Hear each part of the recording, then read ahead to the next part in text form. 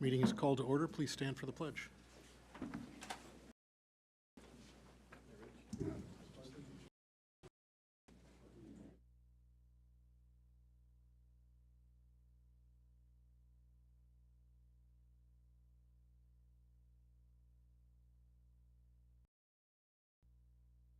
I'd like to welcome regular meeting for March for the District 94 Board of Education. Mission statement, please. Community High School will ignite a passion for learning, foster leadership and responsibility, and empower all learners to live their personal best. Rich, beyond time. Just in time. Just in time. Thank you, Rich. Board agreements, please. Closed session meetings. Board members respect the confidentiality of privileged information and will not divulge conversations, discussions, or deliberations that take place during a closed session meeting. Board members understand that to divulge closed session information not only damages the relationship of the team, but has the potential for far-reaching consequences which may impact future district operations. Thank you, Lynn. Roll call, please. Mr. Brown? Here. Ms. Casey Mayer? Here. Mr. Nagel? Present. Mr. Remus? Present. Ms. Munoz? Here. Ms. Murphy? Present. All right, then. That brings us to Student of the Month. District 94 proudly recognizes senior Guadalupe Perez as the February Student of the Month for her leadership, dedication, and positive impact within the community. Guadalupe is an honor roll student who actively participates in a variety of activities, including Snowball, where she has grown from a student leader to a director, as well as AV Club, Pep Club, and Girls Soccer. Her involvement reflects her commitment to making the most out of her high school experience. A standout in the Child Development Program, Guadalupe has discovered her passion for working with young children. Teacher Brittany Bauer, who has known Guadalupe since her time as one of Bauer's preschoolers at WeGo, shared, "Now she serves as a leader in my classroom, acting as an assistant director. She takes initiative, supports others, and is a wonderful role model for our child development students and preschoolers. I am so proud of who she has become." After graduation, Guadalupe plans to attend College of DuPage to study early childhood education before transferring to a university to continue pursuing her goal of becoming a teacher. Reflecting on her time at WeGo, Guadalupe shared, "Snowball has been such an amazing experience that helped shape me into a more outgoing person and opened doors to opportunities I never thought I would have." She encourages future Wildcats to embrace new experiences, try new things, clubs, sports, classes, because those experiences shape who you become, she said. "Always strive to be better, because putting in the work opens up so many opportunities to your future." District 94 proudly congratulates Guadalupe Perez on being named February Student of the Month.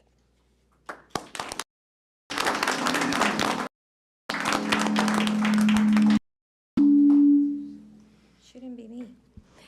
Now I get to do it in Spanish, en español para todos aquellos que están aquí para celebrar a Guadalupe.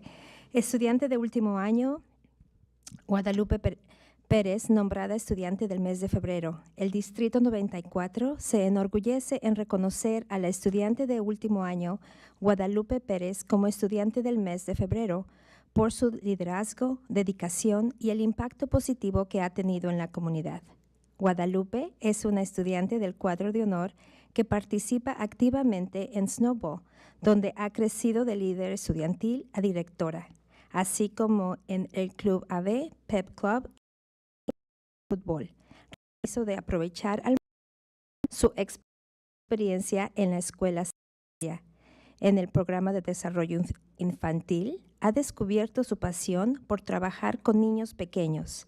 Su maestra Brittany Bauer, quien le conoce desde preescolar en WeGo, compartió: "Hoy es una líder en mi salón de clases.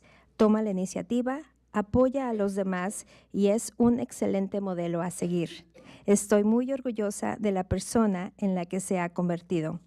Después de graduarse, Guadalupe planea asistir al colegio de DuPage para estudiar educación de la primera infancia y continuar su camino para convertirse en maestra.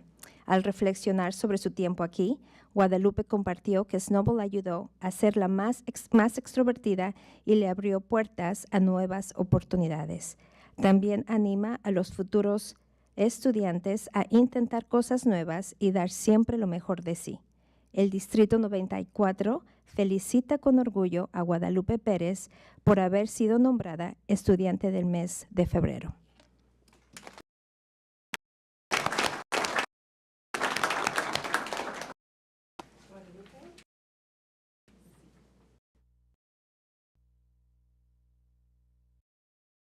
Guadalupe.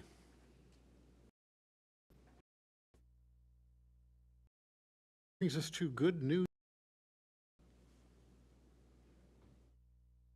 West Chicago Community High School senior earned top honors in this year's Veterans of Foreign Wars, VFW, Voice of Democracy competition, advancing from the local post level to represent District 19 at the Illinois State Competition in Springfield. The nationwide Voice of Democracy program to write and record a 3 to 5 minute audio essay responding to an annual patriotic theme. This year's prompt asked students to reflect on the question, how are you showing patriotism and support for our country? At the District 19 VFW Post, Unger's speech earned first place, while fellow West Chicago seniors Gwen Nika and Allie Dusing placed second and third, respectively. As the first place winner, Unger advanced to represent District 19 at the Illinois State Voice of Democracy competition, where she competed among the top student speakers from across the state. Reflecting on her speech, Unger shared, I hope that not only the judges, but also the veterans and other contestants would take away the idea that you don't have to be a flashy patriot to show patriotism. It doesn't have to mean covering yourself in red, white, and blue. West Chicago Community High School congratulates Avery Unger, Gwen Nika, and Allie Dusing for their thoughtful participation and for representing the Wildcat community with pride. We would like to recognize Avery Unger, Gwen Nika, and Allie Dusing, along with last year's top participants, Ruth Dim, Alexa Garcia, Snenha George, Omar Lutfiev, Nick Bracanascudo, and Haley Turan. Congratulations.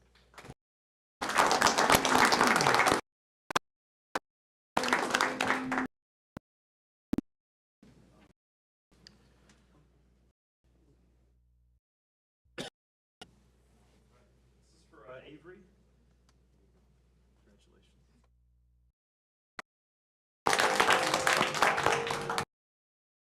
Next, Gwen.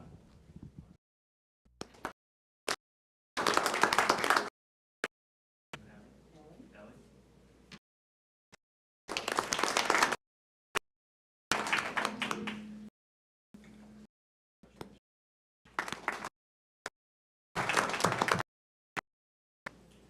Alexa.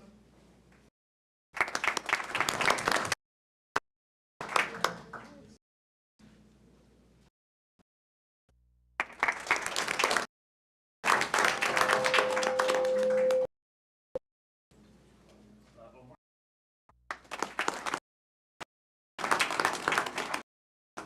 Nick.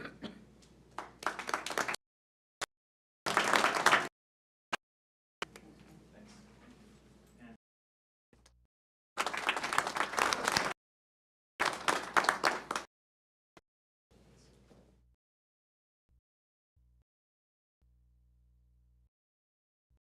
Congratulations to you all. Well done.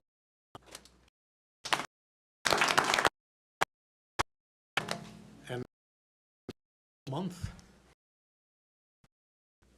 From portrait to President Janizowski, elected as West Chicago Community High School Educator of the Month.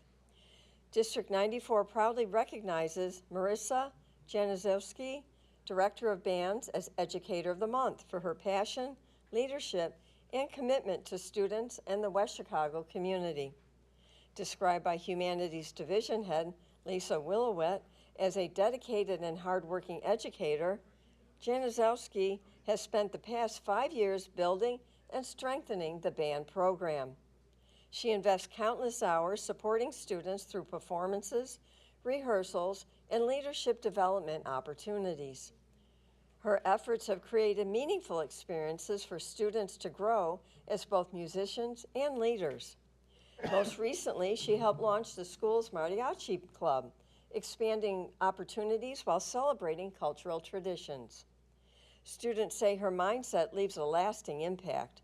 She taught me there's no limit to my abilities, but I have to be willing to work hard, shared band student Jacob Benitez. For Januszewski, the work is rooted in community. We go means community, she said. We are united by a common goal, keeping our students at the center of every decision.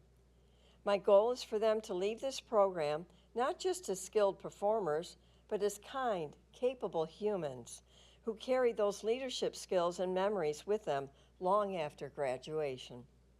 Thank you, Mrs. Januszewski, for inspiring Wildcats to become great musicians and even better humans. Congratulations.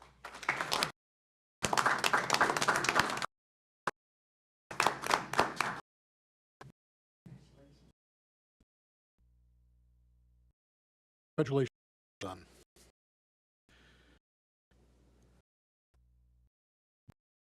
Member of the month. A passion. Jackie Reese, Staff Member of the Month. District 94 proudly recognizes Jackie Reese, Administrative Assistant to Student Services, as Staff Member of the Month for the care, organization, and positivity she brings to students and staff each day. Director of Student Services Len Egan and Division Head of Counseling Dawn Erickson described Jackie as a steady and dependable presence who helps one of the busiest offices in the school run smoothly. She manages an impressive range of responsibilities while supporting students, families, and staff with calm efficiency. Jackie truly stands out because she goes above and beyond every single day, they shared. She keeps our office running like a well-oiled machine. Students also recognize the impact she makes. She has supported me through difficult times and always treats students with empathy and understanding, said senior Camaria Hill. For Jackie, the work is rooted in community. WeGo feels like family, she said. When things are going well, people are cheering you on, and when things are challenging, they're there to lift your spirits. She also finds joy in supporting her team. I enjoy keeping things organized, and if I can make things easier for the counselors and the team, I am more than happy to do it. Through her dedication, compassion, and steady presence, Jackie Reese helps ensure the Student Services team can continue supporting Wildcats every day. Congratulations.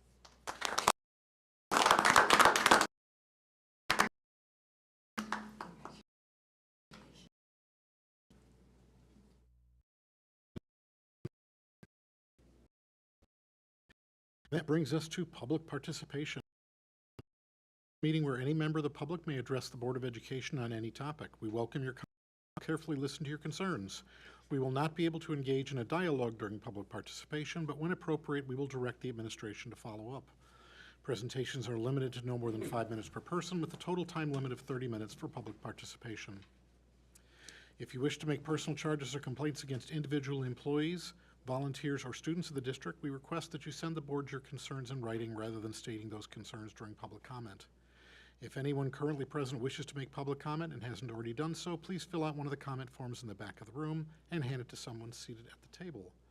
At this point, we have received no public comment forms and there's been no electronic public comment. So that brings us to reports and information. Executive Director of Business Services. Thank you. We received an updated preventative maintenance proposal from Train for continued service for the district's 2 chilled water systems. Their proposal is $25,886, which is a 3.9% increase over last year's renewal. There are no changes to the program. We've been happy with their service. And without an April Committee of the Whole meeting, I just want to provide an update tonight regarding this proposal. I'll be recommending to the board to approve this proposal at the April board meeting. Next, the district's copier contract with Proven in the coming months. Service with past year. This has led the administration to look elsewhere for a new contract. The administration is currently in conversations with Canon, Gordon Flesch, and Sharp. Canon and Sharp are direct purchases, while Gordon Flesch is a third-party vendor who offers Canon and Ricoh options. We're taking this opportunity to review our entire fleet of multifunction copiers and desktop printers to see if we can find some cost savings. This includes approximately 90 desktop printers that we have in the building. We are hoping to cut that number in half. My goal is to bring recommendation to the board in May with the install over the summer. And lastly, the district received 2 donations under $500. We received a $200 donation from the Blickhand family for softball. We also received a $250 donation from Haggerty Ford for the 2026 prom.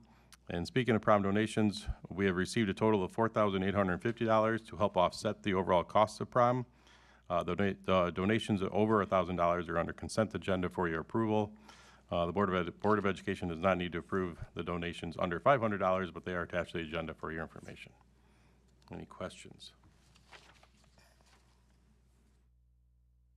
All right, thank you for your report. Interim Executive Director of Human Resources. Thank you. In addition to our participation in local job fairs, our online posting for licensed staff, the recent teacher layoffs in many suburban school districts, combined with the approval of our recent teacher contract, we received a significant number of applicants on a daily basis here in West Chicago. I listed in my report, which was created last week, that we had nearly 200 applicants in 2 weeks. 1 week later, we have nearly 300 applicants that are interested in working in our school district, which is great news. And this provides us hiring opportunities that we haven't seen in recent years. And we're looking forward to our selection process, adding to our staff. Licensed staff for next year. Later in this evening's agenda, you'll get the administration's formal recommendation for FTEs, full-time equivalent teachers for next year. This year, like last year, we are not recommending any terminations or layoffs, no reduction in force. Our insurance renewal, we did get our final numbers last week. The HMO rate for health insurance remained at 16.4 increase. Unfortunately, our PPO rate did increase to 19.2, up from 18.8. These final rates were brought to our insurance committee today, and we had a thorough discussion, and the insurance committee at this time is not making any recommendations for changes in insurance for next year. And then finally, just a reminder about the statement of economic interest. You should have received that already from the county. If for any reason you did not, please let me know and I'll reach out to the county. And a reminder, it's due by May 1.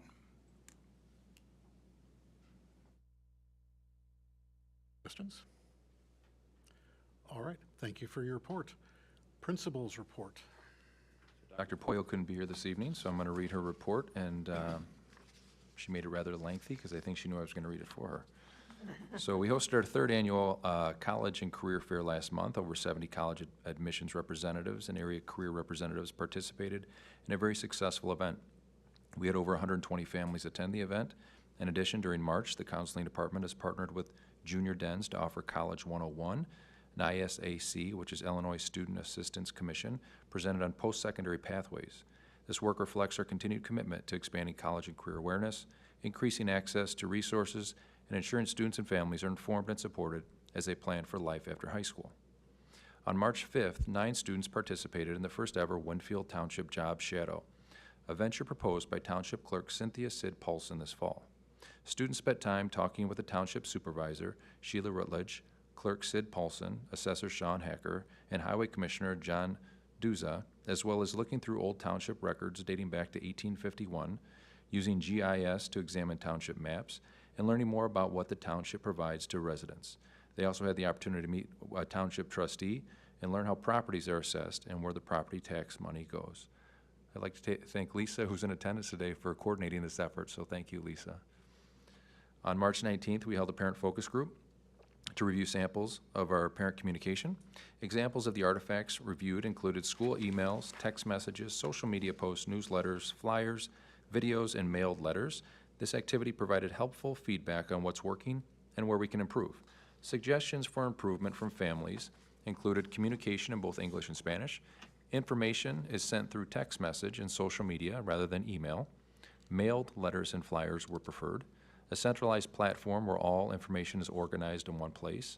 The use of various platforms to reach parents. And then send communication at times that match parent preferences. We'll use this feedback to strengthen parent engagement and develop a clearer, more effective communication plan as part of our goal for communication engagement and partnership work. In addition, we'll also gather feedback from students next and have already completed a similar activity with administrators to gather different perspectives as we improve how we communicate with our school community. Attached to this report is also the attendance and discipline, along with a detailed description as to where we stand in comparison to last year. And overall, it looks as though we are slightly down in ADA, or average daily attendance, when compared to last year. Our in-school and out-of-school suspensions have decreased when comparison to 1 year ago. The majority of our out-of-school suspensions are a result of physical altercations, and we're taking a more proactive and structured approach to prevention. This includes closely tracking where incidents occur to identify patterns, increasing adult presence in key areas throughout the school day, and reinforcing clear supervision expectations for all staff. That concludes the principal's report. Questions? All right, board representative report. Good afternoon. Business Professionals of America had their state competition from February 26th to the 28th in Oak Brook, and it was a huge success. 8 of the participants placed top 5, with 5 students qualifying for nationals, which will be in Nashville this year. The teams who received recognition included the Economic Research Team, which placed first and consisted of seniors Brian Wynn, Ryan Slattery, Dirk Ulbrich, and Daniel Skolowski. The Podcast Production Team placed 5th and consisted of seniors Manuel Figueroa, Joseph Marzalek, Sean Blicken, and myself. And finally, we had 2 seniors qualify for nationals for their tests, Joseph Marzalek and Daniel Skolowski. All teams who competed put a lot of effort into their projects, which helped give WeGo a good reputation. The weekend also consisted of bowling at Pinstripes, a dance, and exciting game night for all participants to enjoy. In other news, the National Honor Society's Leadership Committee hosted a leadership conference for underclassmen to get to know all the clubs around WeGo. Attendees got the opportunity to sign up for clubs before listening to a guest speaker. The speaker was founder and owner of the Hamilton Collection, Steve Hamilton, who has a huge YouTube channel with many expensive cars. Going into the final stretch of my high school experience has been very stressful, but I'm excited for all the fun activities to come with the Six Flags grad night trip and prom. Good afternoon. This month, seniors have been gearing up for their committee hearings in all government classes. These committee hearings prepare students for future leadership positions, raise awareness of opinions, and enable them to develop teamwork skills for life after high school. In addition, the Family, Career, and Community Leaders of America, FCCLA, hosted their St. Patrick's Day bake sale on March 18th. It was very successful, and all proceeds went to the Special Olympics organization. Members are also preparing for their state competition, happening April 8th through April 20th in Springfield. Participants are hoping to bring gold medals back home to West Chicago. As spring sports have started and clubs are prepping and finishing competitions, WeGo has started the process of finishing the year strong in academics, athletics, and organizations. Thank you for your reports, Rosie and Mason. Superintendent's report. All right, it's that time of year we need to start thinking about our annual board governance retreat led by IASB. So please pass along any topics of interest you'd like to discuss, and if you have a preference on the format. I'm tentatively looking at the last week of June, but after receiving a few emails from some of you, it looks like that week won't work. So I'll send out another email just with a couple other dates that maybe we could choose from, but I know the last couple of years we've had a set format. If we're looking for something different, let me know and we can cater it to our needs as the board. On March 18th, we conducted our first 100th anniversary committee meeting. This served as an excellent opportunity to bring together over 40 stakeholders from the greater West Chicago to discuss fundraising and sponsorship, events and celebration, as well as marketing and engagement strategies for the 26-27 school year. Every participant walked away with merchandise displaying our new 100th anniversary logo. I do have some merchandise for the board as well that will get you before you leave this evening. So, prom transportation. So on the agenda tonight is a recommendation for the board to approve transportation for this year's prom. The cost has historically been shifted to the students to attend prom, but since the increased cost and since the district requires the students to take our transportation, I believe the district should cover the cost for the service this year so we can ensure safe travels to and from prom. Unfortunately, the cost has risen to $32,000 with the prior provider. As such, a new transportation provider was sought out by our very own Dan Oberg. Echo Windy City has provided a proposal for $17,352, which is almost $15,000 less than prior years.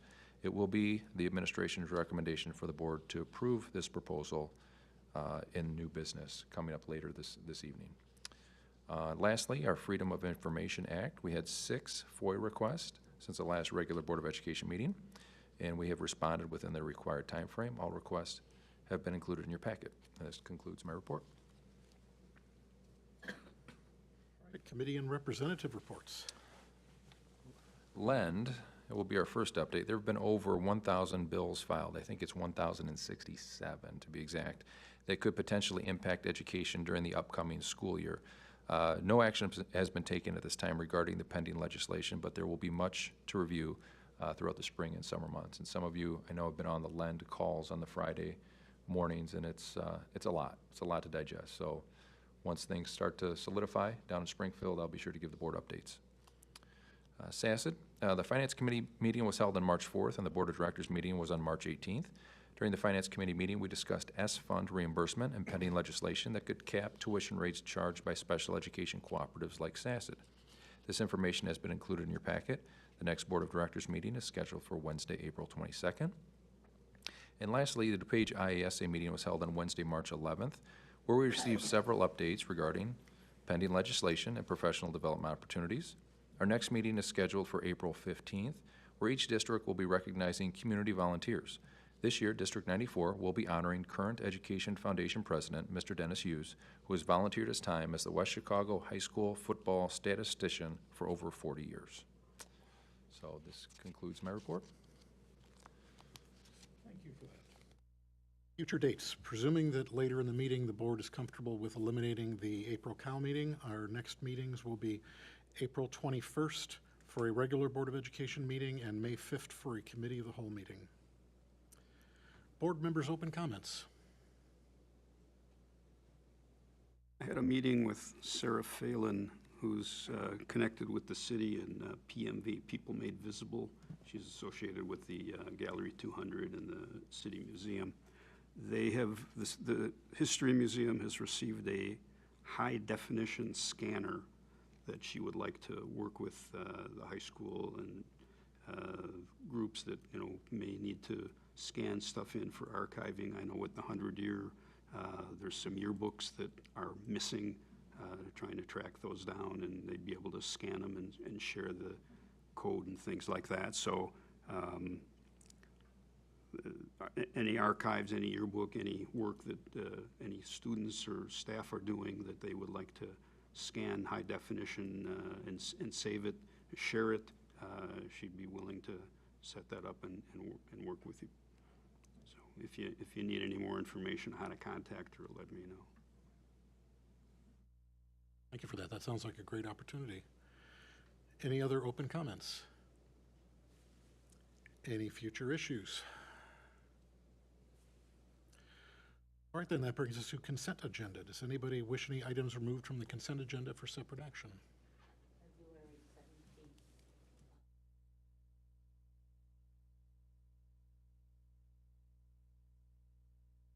Right. Anything else? Right, the recommended motion is that the Board of Education approve the consent agenda for the minutes other than February 17th minutes, financials and reports, SOPPA approvals, 2026 to 2027, IHSA membership renewal, and donations over $500. Second. Roll call, please. Ms. Casey Mayer, Aye. Mr. Nagel, Aye. Mr. Ramos, Aye. Ms. Munoz, Ms. Murphy, Aye. Mr. Brown. Aye. Motion carries. The recommended motion is to approve the February 17th, 2026 regular Board of Education meeting minutes, open and closed. So moved. Any discussion? Roll call, please. Mr. Brown, Aye. Ms. Casey Mayer, Aye. Mr. Nagel, Aye. Mr. Ramos, Abstain. Ms. Munoz, Aye. Ms. Murphy. Motion carries. There being no old business, we move to new business. College of DuPage Dual Credit Memorandum of Understanding. The recommended motion is that the Board of Education approve the Dual Credit Memorandum of Understanding with the College of DuPage for the 2026 to 2027 school year. Discussion. Roll call. Mr. Nagel, Aye. Mr. Ramos, Aye. Ms. Munoz, Aye. Ms. Murphy, Aye. Mr. Brown, Aye. Ms. Casey Mayer. Aye. Motion carries. Textbook approval. The recommended motion that the Board of Education approve the adoption and purchase of the 2026/27 textbooks as presented. So moved. Second. Any discussion? Mr. Ramos, Aye. Ms. Munoz, Aye. Ms. Murphy, Aye. Mr. Brown, Aye. Ms. Casey Mayer, Aye. Mr. Nagel. Aye. Motion carries. Life Smarts National Competition. The recommended motion that the Board of Education approve the Life Smarts Team Field Trip request to travel April 15th through the 18th, 2026 to Orlando, Florida to participate in the Life Smarts National Competition. So moved. Any discussion? Roll call, please. Ms. Munoz, Aye. Ms. Murphy, Aye. Mr. Brown, Aye. Ms. Casey Mayer, Aye. Mr. Nagel, Aye. Mr. Ramos. Aye. Carries. Chess Team Field Trip. The recommended motion of the Board of Education approve the chess team's overnight field trip request from March 26th through the 29th, 2026 to the Sheridan Grand Chicago Riverwalk in Chicago, Illinois to participate in the 2026 USCF National High School Chess Championships. So moved. Second. Any discussion? It's the question, why is it called a field trip as opposed to a competitive trip? Usually students out, that's not called a field trip. Not a big deal, but I'm just wondering if that's the way they present it. Yeah, that's the way it was submitted. I don't have an answer for you, Rich, but I can find out. It's like it on the Life Smarts thing, too. Field trip? It's a national competition. Yeah, it says field trip. Yeah, okay. Is that how, maybe that's how all academic competitions are handled? Good question. Sounds like an exciting opportunity for the chess team, though. Roll call, please. Ms. Murphy, Aye. Mr. Brown, Aye. Ms. Casey Mayer, Aye. Mr. Nagel, Mr. Ramos, Aye. Ms. Munoz. Aye. Motion carries. Annual student Chromebook and staff laptops desktop purchase for 2026 to 2027. The recommended motion that the Board of Education approve the quote from CDWG Chicago, Illinois in the total amount of $403,917 for the purchase of 550 Chromebooks, 23 laptops, and 100 desktop computers. So moved. Second. Discussion. Roll call, please. Mr. Brown, Aye. Ms. Casey Mayer, Aye. Mr. Nagel, Aye. Mr. Ramos, Aye. Ms. Munoz, Aye. Ms. Chavez. I'm sorry, Ms. Murphy. Aye. Motion carries. Request for proposals for auditing services. The recommended motion that the Board of Education approve the 3-year proposal from Baker Tilly, Oak Brook, Illinois, in the amount of $141,850 for auditing services for fiscal year 26, 27, and 28 audits. So moved. Second. Any discussion? Roll call, please. Ms. Casey Mayer, Aye. Mr. Nagel, Aye. Ms. Doremus, Aye. Ms. Munoz, Aye. Ms. Murphy, Aye. Mr. Brown. Aye. Motion carries. Landscaping services quote. The recommended motion, the Board of Education approve the proposal to fertilize D94 grounds from True Green in the amount of $17,444.68, and that the Board of Education approve the proposal from Dynasty Landscaping, Wayne, Illinois, for lawn maintenance on the east side of the high school in the amount of $1,800 per month, April through November, for the total amount of $14,400 plus any additional landscaping maintenance work at $55 per hour. So move. Second. Any discussion? Roll call, please. Mr. Nagel, Aye. Ms. Doremus, Ms. Munoz, Ms. Murphy, Aye. Mr. Brown, Aye. Ms. Casey Mayer. Aye.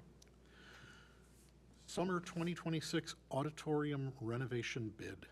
The recommended motion, the Board of Education approve the purchase of auditorium seating through OMNIA Purchasing Cooperative Contract with Irwin Seating Company, Downers Grove, Illinois, in the amount of $273,106.08, and that the Board of Education approve the bids and contractors for the 2026 auditorium renovations as presented by Allied Facility Partners, Algonquin, Illinois, in the amount of $1,233,724. So move. Second. Any discussion? I will say, looking at those pictures that were included in the board packet, it's going to be a nice-looking auditorium when it's all completed. It looks like a nice upgrade. Sample of the chairs are over there, too. if Oh, you'd like to really? see it. I'll Yeah. have to check that out. Ooh. Roll call, please. Ms. Doremus, Aye. Ms. Munoz, Aye. Ms. Murphy, Aye. Mr. Brown, Aye. Ms. Casey Mayer, Aye. Mr. Nagel. Aye. Motion carries. Prom transportation, Echo Windy City. The recommended motion is the Board of Education approve the proposal from Echo Windy City Transportation, Broadview, Illinois, for $17,352 for student transportation to and from prom. So moved. Second. Is there any discussion? Thank Mr. Oberg for shopping that around and getting Yeah. a much better price. I'm going to give props to Miss Jenna Wint for that, so I'll pass that on. Definitely appreciate it. Roll call, please. Ms. Munoz, Aye. Ms. Murphy, Mr. Brown, Aye. Ms. Casey Mayer, Aye. Mr. Nagel, Aye. Ms. Doremus. Aye.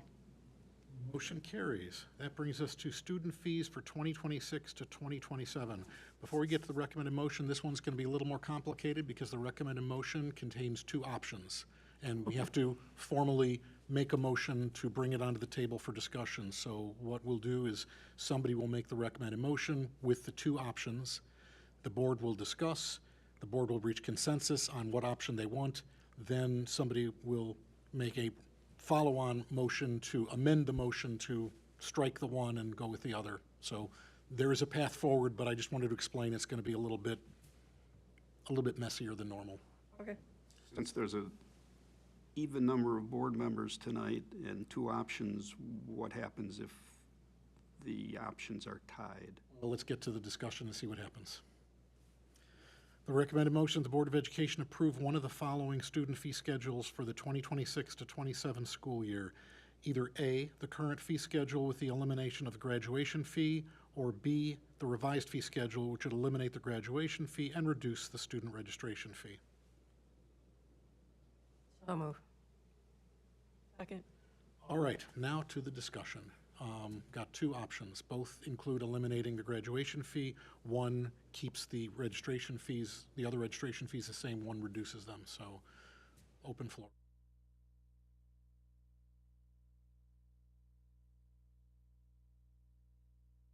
All right, Penny, what'd you say? Option B. And your thoughts, would you want to mention what your thoughts are about?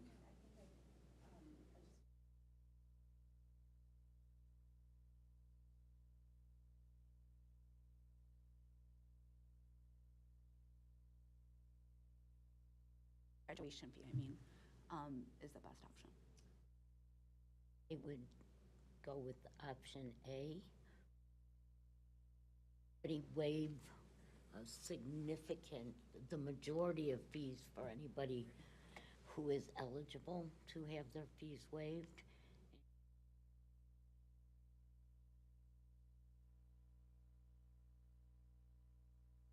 Dan. And thank you for your research on that. That shows that we are lower with our demographic. But I don't think in the current economic environment,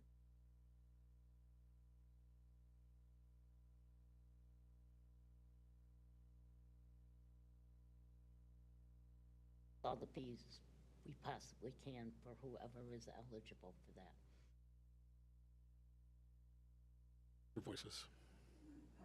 I'm in favor of reducing them. Was that option B? Yeah. That was B. Because, I mean, on the opposite of what Kathy said, it's really hard for families.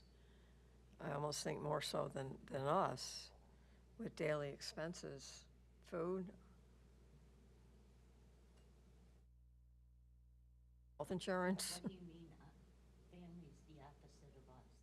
No, I said the opposite of what you were saying. You were saying about absorbing costs, and we've been reducing a lot of fees, but it's really hard for families these days paying these fees. Right, but the family already aren't paying the fees. They're all reduced.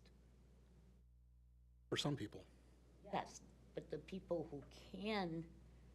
who have sufficient income, that's what this is for, is they continue. Unfortunately, the family.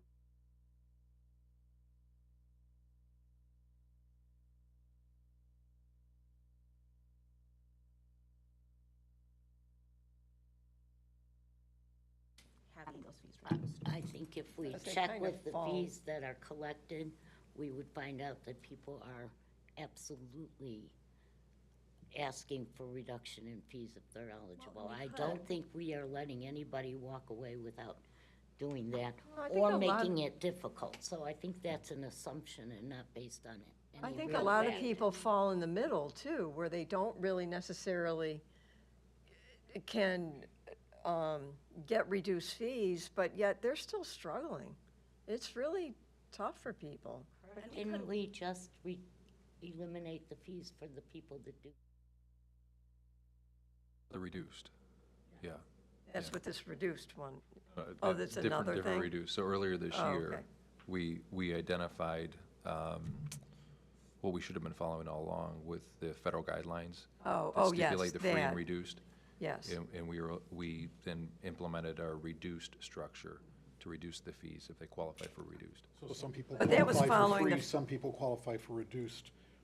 What's the cutoff? Like, at what point do you not qualify for either income? Well, those are federal guidelines. I can get that information for you. I don't know it off the top of my head. It's based Don't on. know what round figure, just to give us an idea what we're. Based on the poverty Right. line, based on the number of family members you have in your household, and then it's a fluctuating scale based on, but it is very clear in the federal guidelines what the cutoff is. I just don't have it memorized. And we did that to follow federal guidelines. Correct. Yeah. So that was something we really didn't have a choice on. And if what you're proposing, Kathy, is to take time. And I have no problem with that, to do the research and to do our due diligence. Is Fortunately, we there a don't time have- restriction? yeah, we Because we don't- got to open registration soon, right? We don't have a whole lot of time. So that's why there are two options presented to have the discussion here, so we get this approved tonight. And then we can advertise to our families so they could plan accordingly. When does registration open? When does registration open? We're revising our registration packet, and pushing that out in early May. So, yeah, late next month, early May. It's basically about a month before we open the doors and people would start paying the fees that are set. And if we don't have a cow, then the only other option for board action would be right at the edge of when we're opening the doors. And we still have to mail the entire packet out and publicize it before they can actually register, so that takes some time to prepare and push out. It sounds like tonight is the night for a board decision, one way or another. And how much of an increase did we see last year with the change in the fee schedule already, with people not having to pay fees? So, taking advantage of that option, and how much income?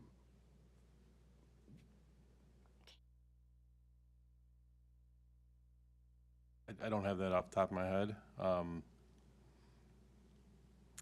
would have to look into that.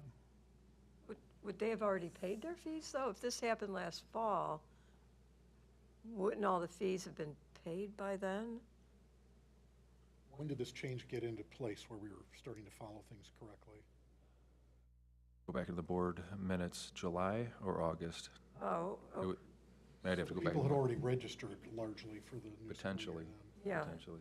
So there may be no data? So this would be the first year when it was, everybody was aware that they might qualify for free. Communicated out to the families that they could resubmit and reapply in Oh, early okay. fall. But again, we definitely could have missed some. Yeah. What other thoughts? I am in favor of A for all the reasons that Kathy talked about. I'll go with A also.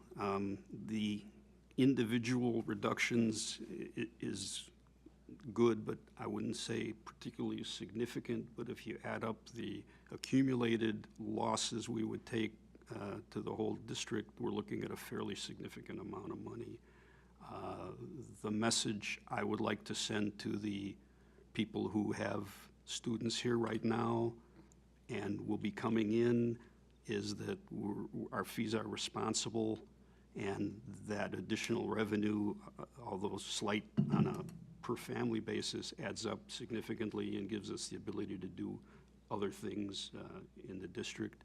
The message I'd like to send to the taxpayers that don't have students here is that we're responsible and we also respect their tax money, and we would rather get some of that additional revenue from the people that are actually here and using those services rather than have to come back and get money from somewhere else. So I think it's a responsible and respectful action to let the people that are here and getting the benefit pay that additional $25 or so for their registrations. Well said. I think it'll be a little bit more responsible and mindful of our.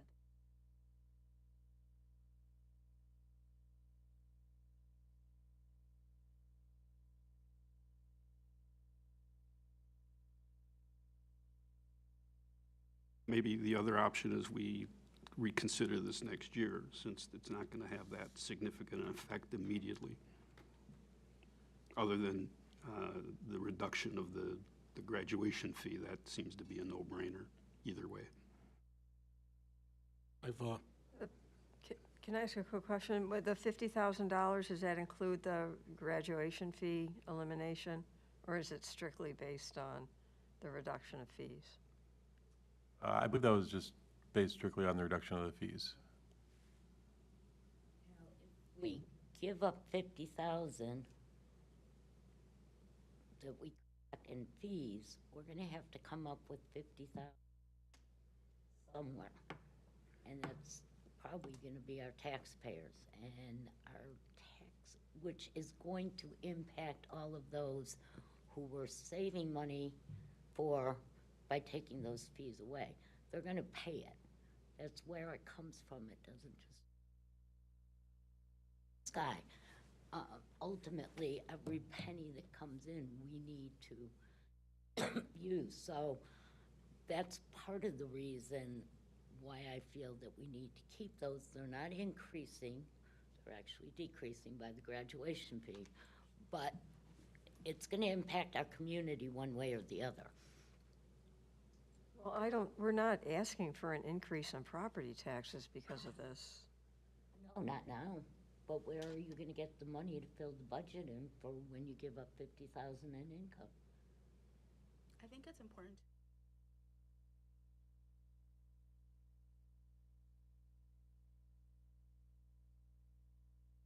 a median income within this community. So that something that I'm going to keep referring to because I think it's. But, yeah, Dan just did research showing that we fall on the lower end of any of the different communities For high school. for high school. Well, the challenge there is you can't go shopping for a high school. You're in the high school district that you're in, so regardless of where we stand, this is the fees that you Right. have before you. But And they're not very high, so if you want to pay higher, move to Batavia. What are the fees in Batavia, Kurt? So, on the lower side, no matter what income bracket you are, say in West Chicago, where our fees are lower than most other schools. And where if you are on the low income side, you don't pay any fees. Like a reasonable. I can confirm, because I work with those individuals, that those individuals don't always feel empowered to seek that reduction in fees. But instead might go without food or basic household needs in order to pay those fees. Pretty certain that we have a significant number of people fall in that income bracket who are accepting the fee waivers. And that it increased, and we had a significant number once we let them know last year that they could come back in and reapply, that was occurring. So for some who didn't, that's unfortunate. I would suggest you working with people that you encourage them to take advantage of what is offered. Well, obviously that would be the best case scenario, but Well, there's and things unfortunately, that we aren't don't always always gonna make it that happen. easy. I mean, I don't stand up in the front office, so I'm not exactly sure how it happens, but I know that we have heard at this board table that it's not as easy as you. Making it sound easy, I'm just saying Well- there are ways to get it done, and you, as well as anybody else at this board table, can encourage people. We can only do so much, and if people choose not to do it or choose not to hear it, there's nothing you can do. But we have made significant adjustments to help people who are really in need. I don't think just lowering all our fees and putting our budget at risk is a wise idea, because it's still got to come from somewhere, and it is going to come from the taxpayers. Is our budget at risk? I mean, where did the numbers come from to reduce them to? I have a feeling that if the budget was at risk, Dan would have let us know, and we wouldn't even be having a discussion about reducing fees. We just increased significantly back in negotiations with support. And we had things like that. We don't want to impact. I'm certainly All of the aware of all Where did the numbers that. come from for the Students. reductions? Where did they come from?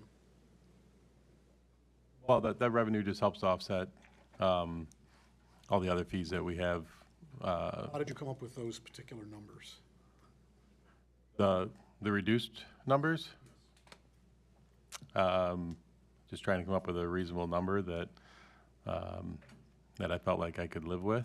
A reduction of 50,000, I felt that was a reasonable number that I could reduce. That it wasn't a significant effect on the budget?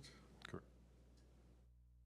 I guess what concerns me a little bit is we don't really have any evidence that reduces this is going to have a fairly significant impact on registrations and things. Concern is that next year we have the same discussion and we want to reduce fees again a little bit more, and we keep working our way down. The answer to the question I had is, how did we come to the number we had? And it's sort of like, just a guess, which is, fine, what we can absorb. If for some reason by next year we have to add it back in, that's gonna be a problem. You can't, take something away that you've given back already. It seems from the discussions we've had that the fees are fair and reasonable, maybe not the lowest, but certainly not the highest. And I don't have a problem in having people that are here and utilizing the services we provide, paying a portion of that. We're not charging people to come to school. We're charging people for the administrative costs and some of those things that it takes to get kids in, get them assigned, get scheduling and things like that. I think it was more than just a guess. I think Dan looked at 6 or 7 different districts in the area, and what he came to, Dan, I don't want to speak on your behalf, but really, we looked at Fenton, and we tried to be more aligned with Fenton. Fenton was the only one in the area, high school district in the area, that was lower than we were. And they're not really in the area, they're a little bit further east. So we tried to align more closely with Fenton, which is how we came to these numbers. Some of the other registration fee numbers, the Glenbards, Lake Parks, Downers, West Aurora, I'm trying, off the top of my head, I know we sent this all in an email to you, the districts that we compared to, significantly higher than what we are. And then there's others that waive them entirely. East Aurora, I think, was an example that waives it all the way down on the south side. Oak Lawn, I know, waives all student fees. So then we're like, okay, where should we fall? And then we settled in on Fenton, and we're like, if we reduce it down by this much, it's not gonna have a significant impact to the budget, and it's gonna be more closely aligned with what the request was from Penny at the last meeting, to have our fees more closely aligned to the demographics we chose. So it wasn't just like a close your eyes, throw it at a dart at the board. There was some rhyme or reason to it. Yeah. In the But that's past, fine, but- I've seen Dan work with numbers, and you do it in a way where you take everything into consideration, and then you find something that works for everybody, and I appreciate that. I think that's one of your strengths, and that's why I asked you, do you feel comfortable that this is a number that we can absorb, and it's not gonna hit us hard on the budget? And I wouldn't have brought an option that would have been hard on the budget. right, yeah, I believe that. This is one item. There will be other items going. When we are sworn in as board members, we make a commitment for fiscal responsibility to the taxpayers also. If we go, and then the next thing, and the next thing, and continues, we are going to be in a bad position, and we are not being good.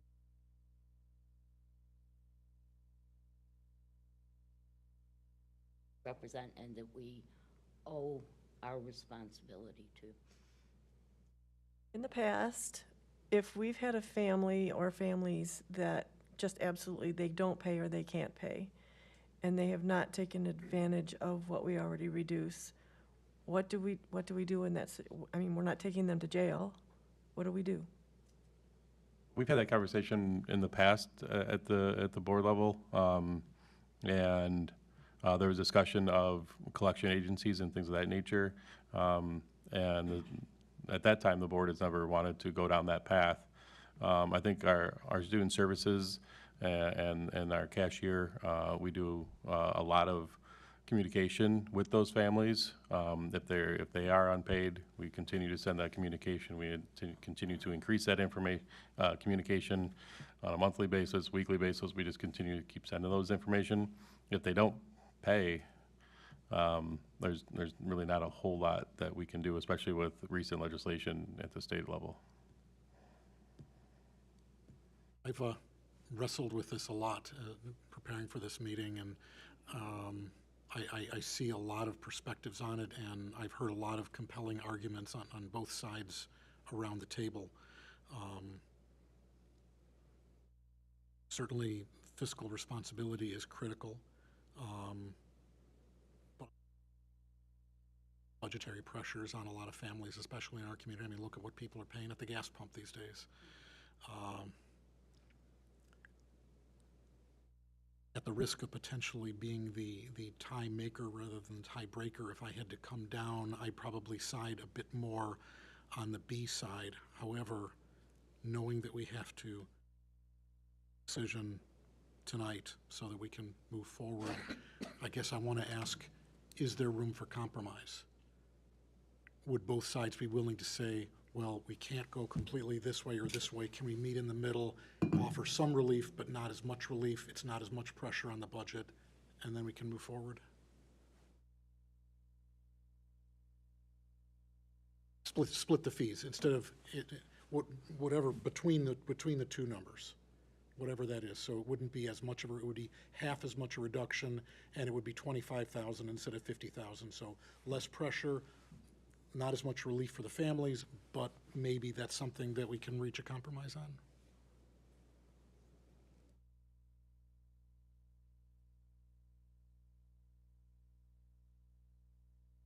Not raising fees. We're keeping them the same. And how many?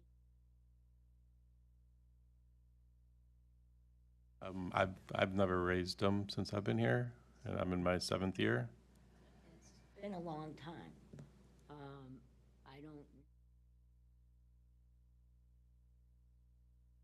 It's been a long time. So we are not adding to any pressure, but we are going to see pressure on us going forward.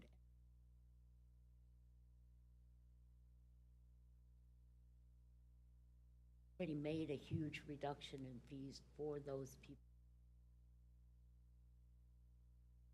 I think the fact that we haven't raised fees in 7 years is sort of an implicit reduction of the fees overall.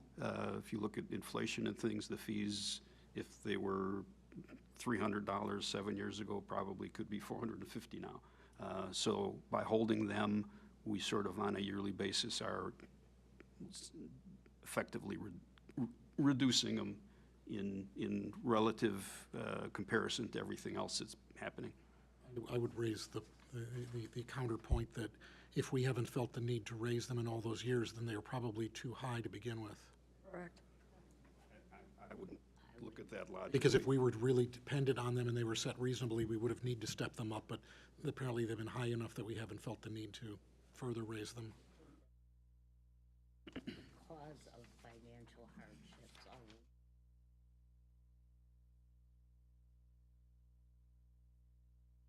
Bills sitting in state legislature.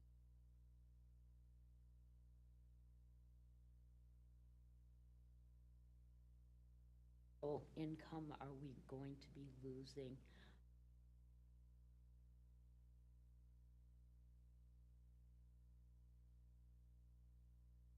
And why are you fixing it? I guess I look at the 50,000 as a couple of coaches, a couple of club sponsors, things like that, that fold back into all of the things that we're able to do for the students. That's why I And then raised, pulling that back, we may not be able to continue to do all those things. that's why I raised the question, what if we drop it to 25,000? That's a much smaller bite.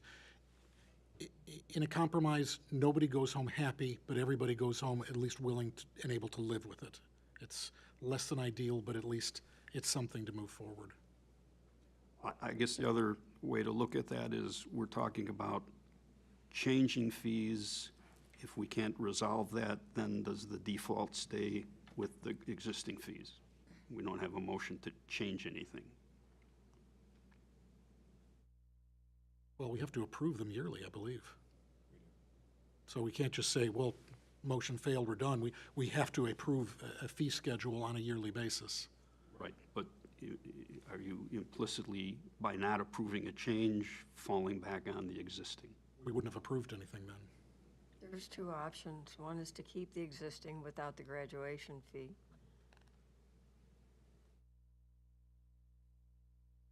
It's in the school code that the board has to approve it every year. So we have to approve something. We can't just say, motion failed, we're done, it stays where it is.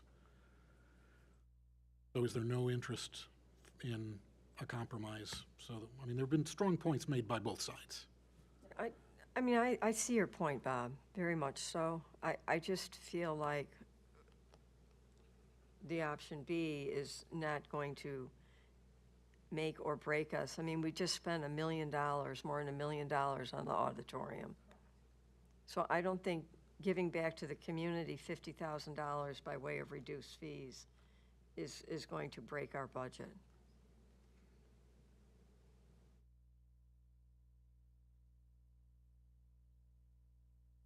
Do you have any That to interest me in a is compromise? where we,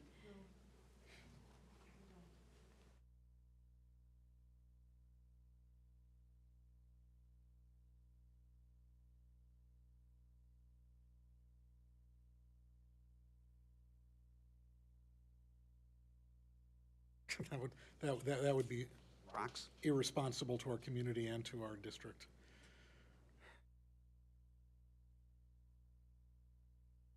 I guess I just feel like we're already, these families that we're talking about that can't afford things, we have a plan in place for them. They can apply for a waiver, they can apply not to have the fees. And if the problem is they don't know about it, then maybe we should come up with a plan to get them to know about it, or to assist them in applying for that waiver. but I'm, With this, yes, you can try to encourage the people that fall within the free and the reduced guidelines, and that would help them greatly. My concern is there are probably a lot of people in our community that are just above that reduced level, and they don't get any help. exactly. Talking about equity in a time where our lands. Yes. Yes. And like Bob said, gas prices are going up, food's going up, everything is going up. And The I gas know price is we, going up. Everything you buy is gonna go up. Shipping is gonna go up, so Yeah. everything you buy from the food store to everywhere else is gonna be going up. Inflation is gonna be off the charts very and it's soon. those people who aren't at the poverty line, they're just above it, and so they aren't eligible for reduced fees on things. They're the ones that get hit really hard, and to me, this is a way of giving back to them. At the same time,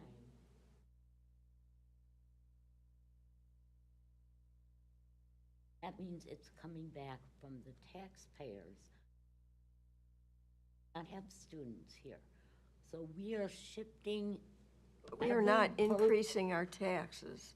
We are not The increasing taxes property increase taxes with this. every We are single year. adjusting our budget that we still have. We're not adjusting our budget. We still have to fill in the gap to provide all the other things. Right, and I we're think we doing. have wiggle room to do it.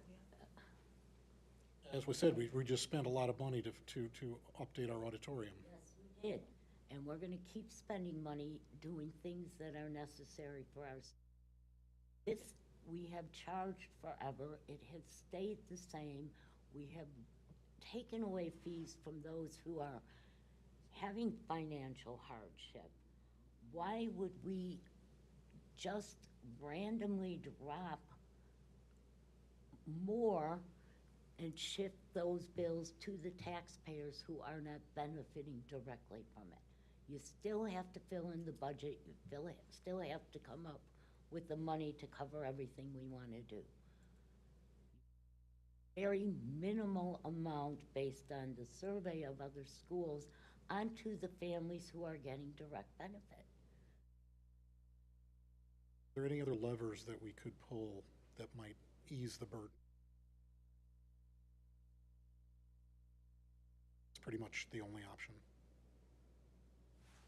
I'm not sure of other options that we can look at.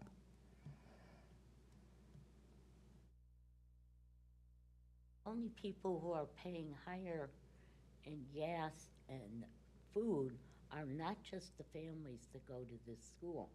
It's elderly people who live in this community who are facing those higher tax bills because of all the things. They've supported us. We need to make fiscal responsibility and concern for everybody in the community. But again, $50,000 is not going to have us increasing property taxes for anybody. This will not affect anybody paying property What taxes. about the next 50,000 that comes to this table that we want to And we will make a redo? decision with that. Yeah, and they're going to, about right now. they're going to pile up 1,000 here and 50,000 there, and the amount we just increased in negotiation. A lot of expenses that are coming in. We are going to see a decrease in money. We need to think forward, and that 50,000 is a drop in the bucket, but that bucket is going to have a hole in it soon. Again, we owe it to the people we represent, which is not just students, it's everybody who pays a tax bill in this. It's impractical time-wise for us to get more information to help with this decision. But is there more information that if we had would inform that decision, and thinking in terms of for a year from now, is there some additional information that we could put together for a deeper study on our fees, our community, whatever, that would help us to make a more informed decision a year from now?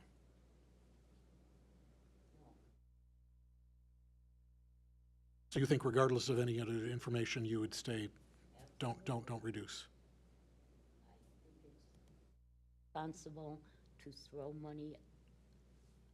Oh, I think it's a shame that you don't want to help the people in the community. We do help the people in the community. I just think that's a shame. Well, I think it's a shame that you don't want to support the people in the community by being fiscally responsible. So shame on both of us, but that's how it is.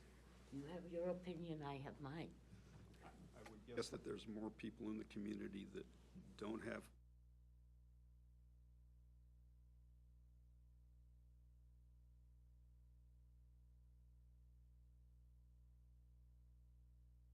Demographics of the community. There's a 2,000 students here, and there's, what's the population of?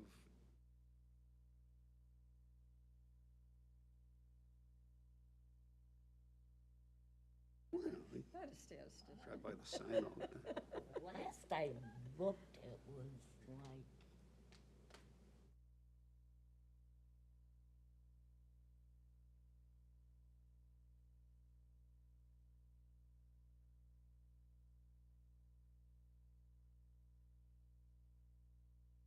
But that's not all within our district, though. that's true.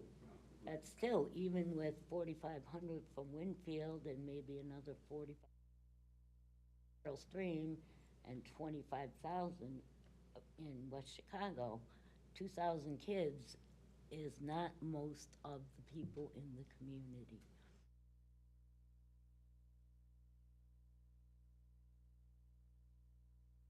Definite minority of the tax.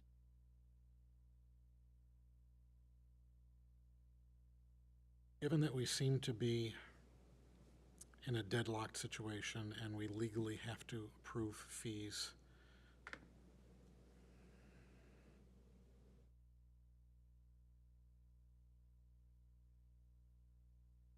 under protest, I guess I would have to switch and support the A side just so that we can move forward, because we have to support. I would much rather support reduced fees, but I need a way forward. We have to approve some fees tonight. Unless anybody else has any other suggestions on how we can move this forward.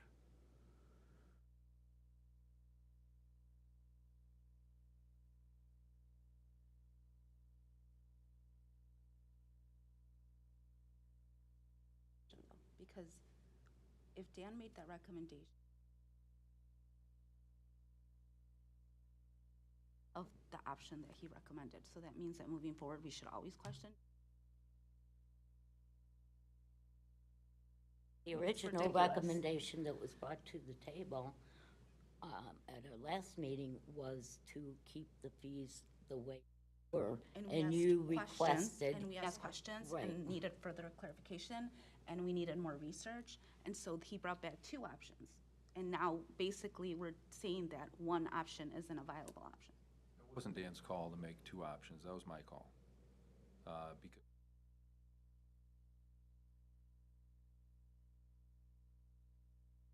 for your request, some sort of alternate, Dan did the research, I provided a second option, knowing that it's the board's decision to make. It's not my decision to make with fees. So we presented you with two options, that the board would have to choose one of the two options. We could have very easily gone with one or the other, and it could have been shot down, and then we would be in the same position a month from now, negatively impacting our ability to send out information and register our families, as opposed to having an open dialogue at the table to kind of come to either some compromise or choose option A or B. So that's not Dan, that's me. I made the decision to put two options on the table. And thank you for that, because we have had a intelligent and deep discussion on the merits of both of the options. It's unfortunate that we've got 6 members here tonight, so it makes it more difficult when you have the potential for a tie. And this isn't the end of fees. Well, that's We've what been doing this I'm for having to lean 7 towards, years. yes. Nobody's, been screaming about it. Somebody, said, let's consider looking at fees, and we did that. If we decide to stick with the fees this year, doesn't mean that we can't go and have additional time to gather information, do surveys, whatever we need to do to be able to make a responsible and respectful decision, but at least we're able to move forward from where we are now. That's pretty much what I'm Nothing looking changes at. other than the $20 graduation fee. That's the direction you want to go. That seems to then- be the only direction that there is forward, because we need to approve some fees, and there doesn't seem to be any other way to break the deadlock tonight. Like I said, my strong preference would be to offer some relief to the families, because I believe it's necessary. I just don't see a way we can get that done tonight, unfortunately. For discussion.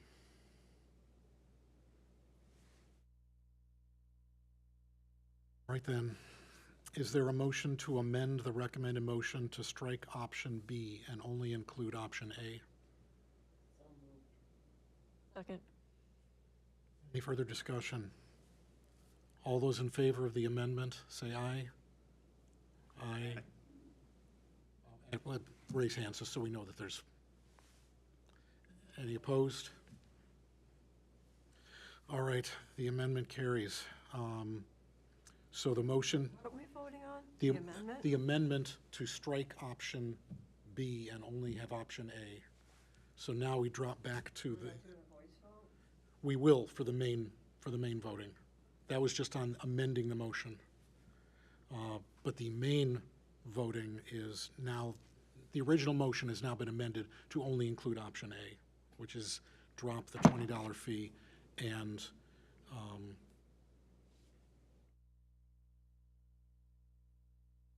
we had to strip down the option so that we can actually have a motion to vote on.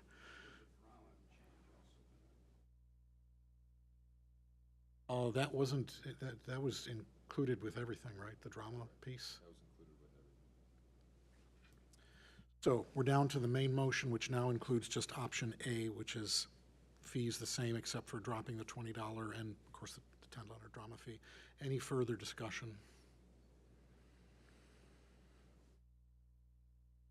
Roll call, please.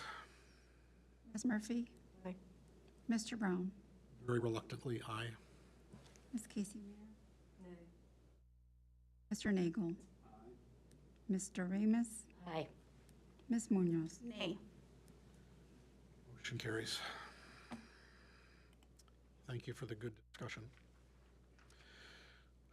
All right, something much easier. Cancellation of committee of the whole meeting on April 7th. Recommended motion, the Board of Education cancel the April 7th, 2026 committee of the whole meeting. So moved. Any discussion? Roll call, please.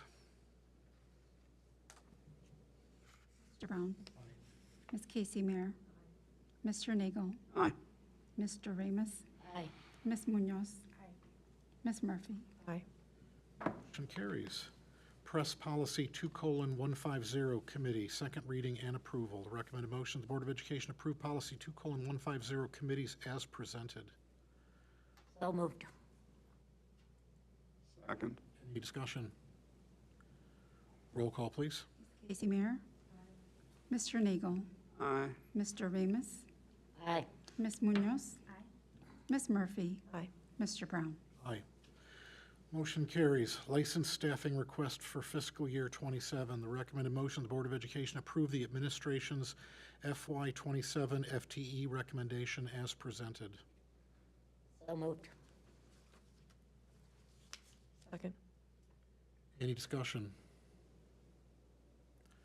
Roll call, please. Mr. Nagel. Aye. Mr. Ramus. Aye. Ms. Munoz. Ms. Murphy. Aye. Mr. Brown. Aye. Ms. Casey Mayer.